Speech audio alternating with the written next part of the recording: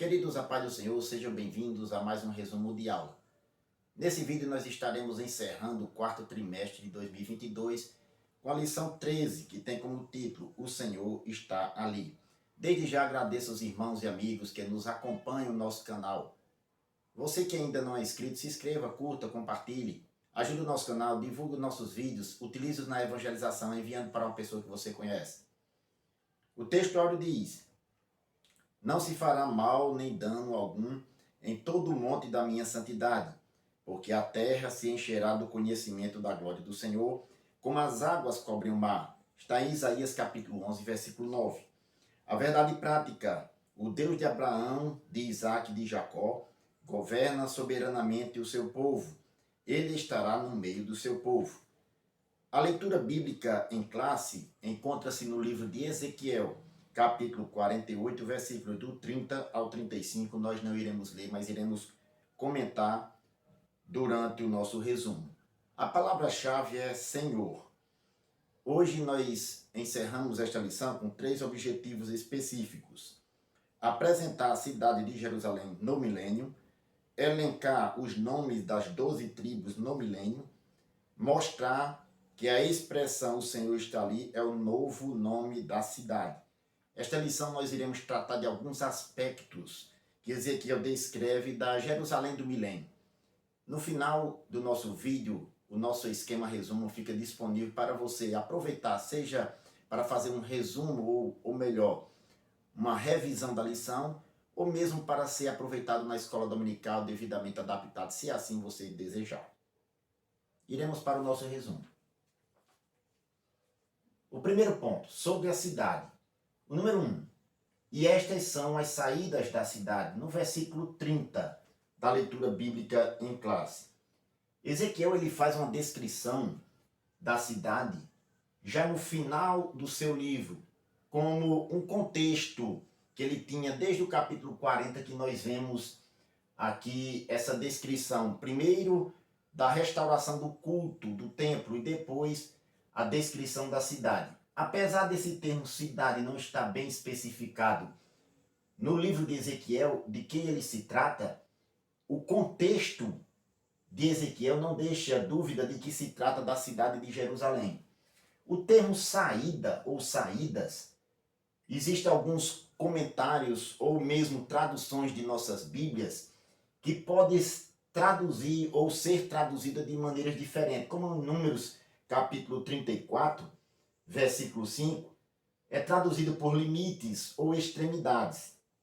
Em outras versões da Bíblia vai também trazer essa tradução, extremidades, limites ou saídas. As versões de nossas Bíblias acompanham basicamente a tradução na Septuaginta, que é a tradução do Antigo Testamento do hebraico para o grego. A maioria de nossas Bíblias deixa essa expressão saída como a opção mais viável para a tradução.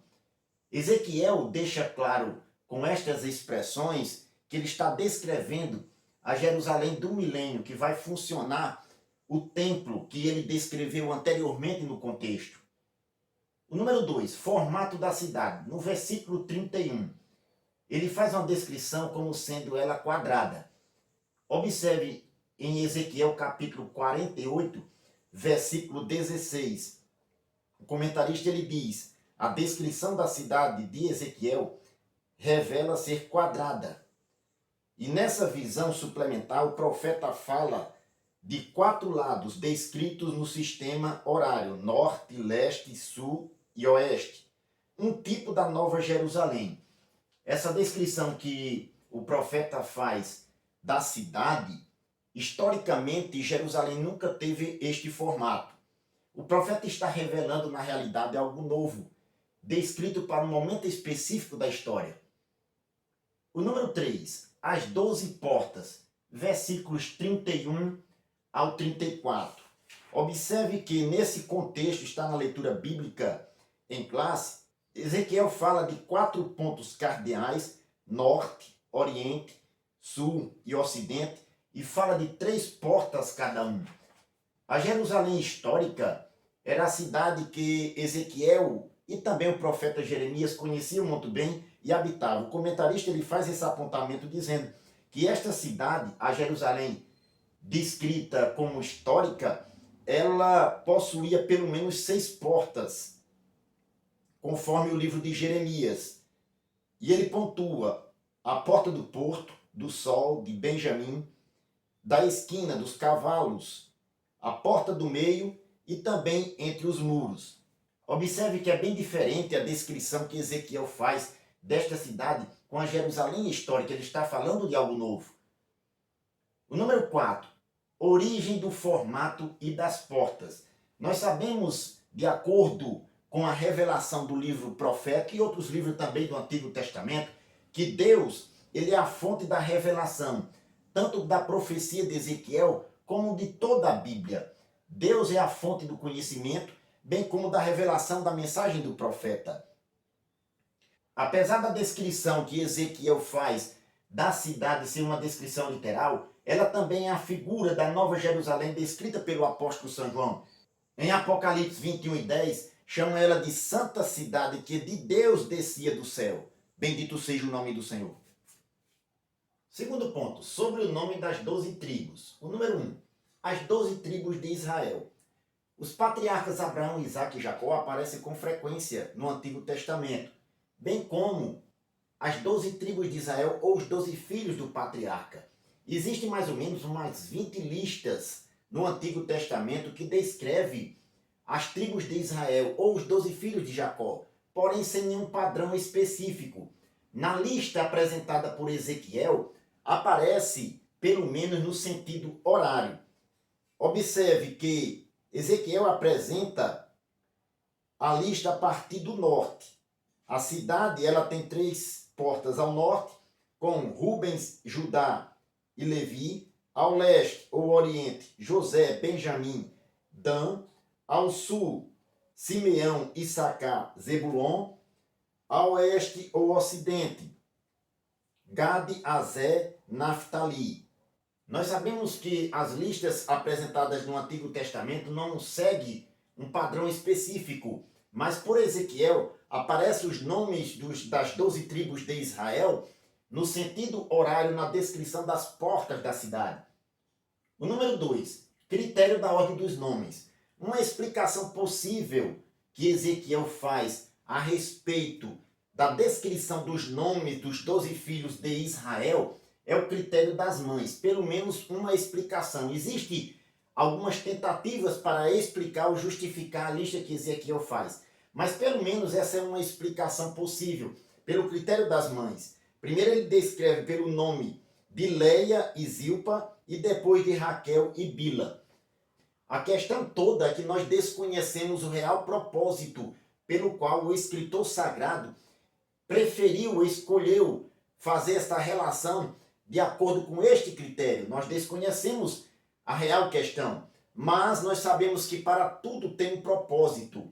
E o escritor sagrado com certeza tinha um propósito dado por Deus para descrever desta forma, mas nós desconhecemos.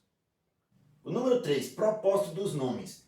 Os 12 filhos de Jacó, eles foram escolhidos para a nação eleita. E eles deram seus nomes para os 12 territórios na terra de Canaã, conforme Josué 14, dos versos do 1 ao 3. O nome das 12 portas da Jerusalém milenial tem muita semelhança com a Nova Jerusalém descrita pelo apóstolo São João no livro de Apocalipse e traz como propósito trazer à memória os filhos de Israel ou os 12 filhos de Jacó. Bendito seja o nome do Senhor. O ponto 3. O Senhor está ali. O número 1. Os nomes da cidade.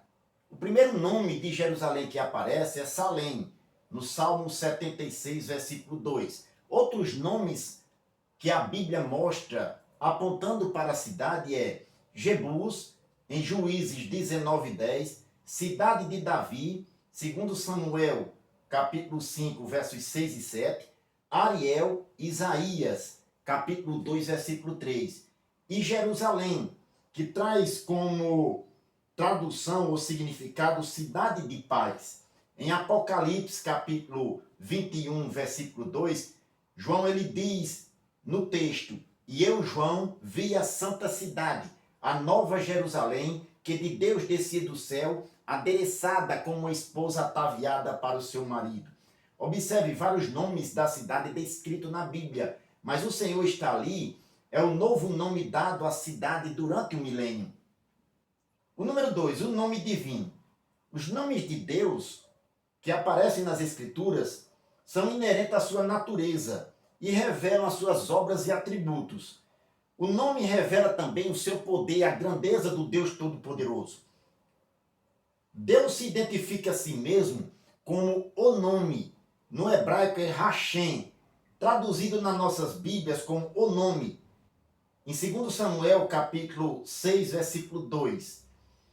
Quando a Bíblia faz referência ao nome de Deus, está se referindo ao próprio Deus. Em Deuteronômio, capítulo 12, versículo 11, está citado pelo nosso comentarista, ele diz: haverá um lugar que escolherá o Senhor vosso Deus, para ali habitar o seu nome. O número 3, Yahvé chamar, no verso 35 da leitura. Durante toda a revelação do Antigo Testamento, Deus se deu a conhecer por vários nomes, de acordo com o momento específico de sua revelação, conforme as várias partes da Bíblia em que ele se dá a conhecer ou se revela para o seu povo nas Escrituras. Mas esta expressão, Yahvé chamar, que é traduzido como o Senhor está ali, é o novo nome da cidade de Jerusalém durante o milênio. Eu queria chamar a sua atenção para o termo Yahvé, que é a tradução ou a transliteração do nome divino de Deus do Antigo Testamento do tetragrama, as 4 letras YHWH para o nosso idioma. Os tradutores de nossas Bíblias, pelo menos da Revista e Corrigida, tradução Almeida, Revista e Corrigida, optaram por identificar o nome de Deus no Antigo Testamento, o tetragrama, pelo termo Senhor em letra maiúscula. Todas as vezes que a Bíblia Corrigida ela aparece esse termo Senhor em letra maiúscula, está identificando o nome divino do tetragrama, as letras que identificam o nome de Deus no Antigo Testamento, YHWH. Esta expressão aqui, voltando para o termo, para a tradução, o Senhor está ali, vai identificar a Nova Jerusalém, ou a Jerusalém durante o milênio, descrita por Ezequiel. O objetivo é dissociar o nome de Jerusalém com os pecados passados. Observe que Ezequiel, ele começa descrevendo os pecados de Jerusalém no início do livro, logo após a revelação de Deus para ele, e termina o seu livro mostrando que o nome da cidade agora estava com a presença de Deus. O Senhor está ali. Bendito seja o nome do Senhor. Queridos, o Senhor está ali, é o novo nome da cidade durante o milênio.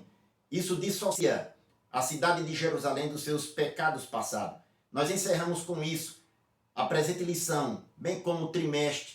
E desde já agradeço mais uma vez aos irmãos e amigos que nos acompanham. Não esqueça de deixar o seu comentário, deixar o seu joinha. Isso vai fazer com que o nosso canal ganhe relevância no YouTube. Que Deus o abençoe em nome de Jesus.